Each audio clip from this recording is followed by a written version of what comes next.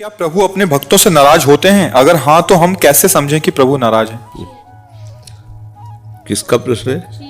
हम तुम्हारी माँ होंगी, माँ को तो कभी मिली होगी, तो माँ क्या समझता हर समय दुलारी करती रहती? क्या डांटती भी तो है? क्या उसके डांटने में दुलार नहीं होता? क्या कैसे डांटती है? ये दूध पी, नहीं हमारी इच्छा नहीं, थप्पड़ मारेंगे, दूध पी, और दूध पी लेता ना। अब आप उसमें ये विचार करके बताओ उसमें माँ का क्या नाराज होना और क्या प्रसन्न होना? आपके लिए ही तो है ना। चल बाथरूम चल, स्नान कर, श्रृंगार, हम नहीं हम खेलेंगे, जाके थप्पड़ मारती, चल सीधे चल। ये महाराज की नाराजगी है? वो बच्चा समझ रहा है नाराजगी नहीं। अपार करुणा सिंधु भगवान, हम नरक में गिरने जा रहे हैं, हमको घसीटते हैं। उस समय उनका जो घसीटना होता है हमें लगता है गुस्सा हो रहे हैं। भगवान गुस्सा नहीं हो रहे, भगवान कृपा कर रहे हैं, पर हम वो समझ नहीं पाते हैं। तो जैसे माँ, अच्छा आप हाथ छोड़ा के भाग जाओ, माँ कहेगी जा मर जा जाके, ऐसे कहेगी। हमने सुना है, नहीं मानता ना, मर जाके, तेरे को जो मन में आए सो कर जाके। अब उससे पूछो तो कि वो माँ बच्चे को मरने का साप दे रहे क्या? नहीं नहीं, अगर वो दौड़ लगाया और गिर गया तो दौड़ के जाके उठाएगी, और वो उसका एक प्रेम भरा शब्द है जिसमें कर्कशता दिखाई दे रही पर है नहीं। ऐसे ही भगवान है।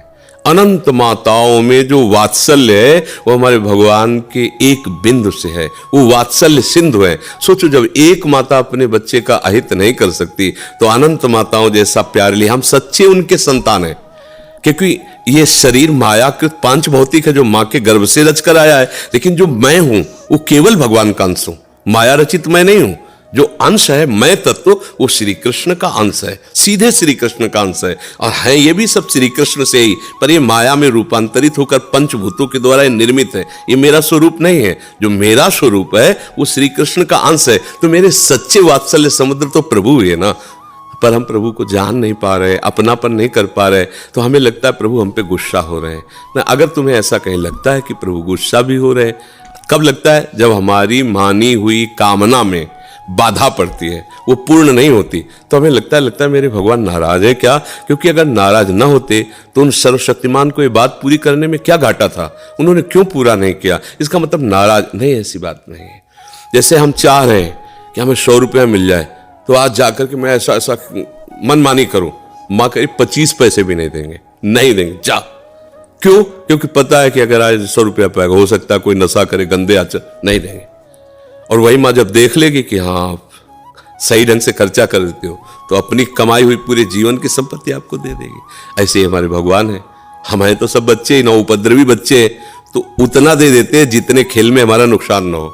जब हम मनमानी आचरण करने के लिए तैयार होते हैं और उनके शरणागत होते हैं तो वो घेर देते हैं, हर वो बात नष्ट कर देते हैं जिससे हमारा अमंगल होगा। क्योंकि भगवान का एक नाम है मंगल भवन अमंगल है, और हम मान रहे हैं कि उसमें मंगल है और भगवान देख रहे हैं कि इसमें अमंगल है, उसको काट देते, पर हम समझ नहीं पाते हैं। तो धर्म से चलोगे, ठीक चलोगे, तो हो सकता है आज तुम्हें कष्ट लगे, ऐसा लगे कि भगवान हमको क्यों नहीं दे रहे हैं सुख वैभव जो मैं चाहूं। लेकिन देखो सामने वाला गलत कर रहा है, अधर्म कर रहा है, बहुत फल फूल रहा है। वो फल फूल नहीं रहा, वो हाइलोजन की तरह चमकेगा, फ्यूज हो जाएगा, और तुम दीपक की तरह जलोगे, बराबर तुम्हें आनंद प्राप्त होता रहेगा। ये पक्का समझ लीजिए, कोई कहानियां नहीं है। धर्म से चलने, देखो ना दुर्योधन को, एकदम सब ऐसा लग रहा था कि अब क्या होगा पांडवों का। 12 वर्ष का वनवास, 1 वर्ष का अज्ञातवास, मतलब कभी नहीं हट पाएंगे। इन महान बलियों को कहां छुपाया जा सकता है 1 वर्ष तक? अगर जान गए तो फिर 12 वर्ष का, यही चाल चले थे। लेकिन जिनके सहायता करने में भगवान, उनको आखिरकार हस्तिनापुर के चक्रवर्ती सम्राट पद पर महाराज युधिष्ठिर बैठे और उनके कुल में कोई पानी देने वाला नहीं बचा, सब नष्ट हो गए। तो अधर्म थोड़ी देर तुम्हें लगेगा फलते फूलते, पर उसका परिणाम है नाश। धर्म थोड़ी देर लड़खड़ाते नजर आएगा, लेकिन उसका परिणाम है लक्ष्य पर पहुंच जाना। इसलिए अधर्म की तरफ गति मत बढ़ाओ, वर्तमान में बढ़ने की, उन्नति की बात मत देखो, भविष्य को देखो, तुम्हारा भविष्य मंगल में होगा। बुद्धिमान पुरुष, विवेकी पुरुष भविष्य को देखते हैं, और जो मूर्ख होता है वो अभी को देखता है। अभी खाओ, अभी मौज लो, लेकिन आगे बुद्धिमान अभी हम खा रहे हैं, मौज ले रहे हैं, लेकिन आगे क्या होगा, इसका परिणाम क्या होगा। जो विवेकी वो परिणाम देखता है, जो अविवेकी वर्तमान में। तो इसलिए सावधान रहो, भगवान का आश्रय लो, और ये कभी मत सोचो कि भगवान नाराज होते हैं। वो जो भी प्रतिकूलता देते हैं हमारे मंगल के लिए देते हैं, हम समझ नहीं पाते।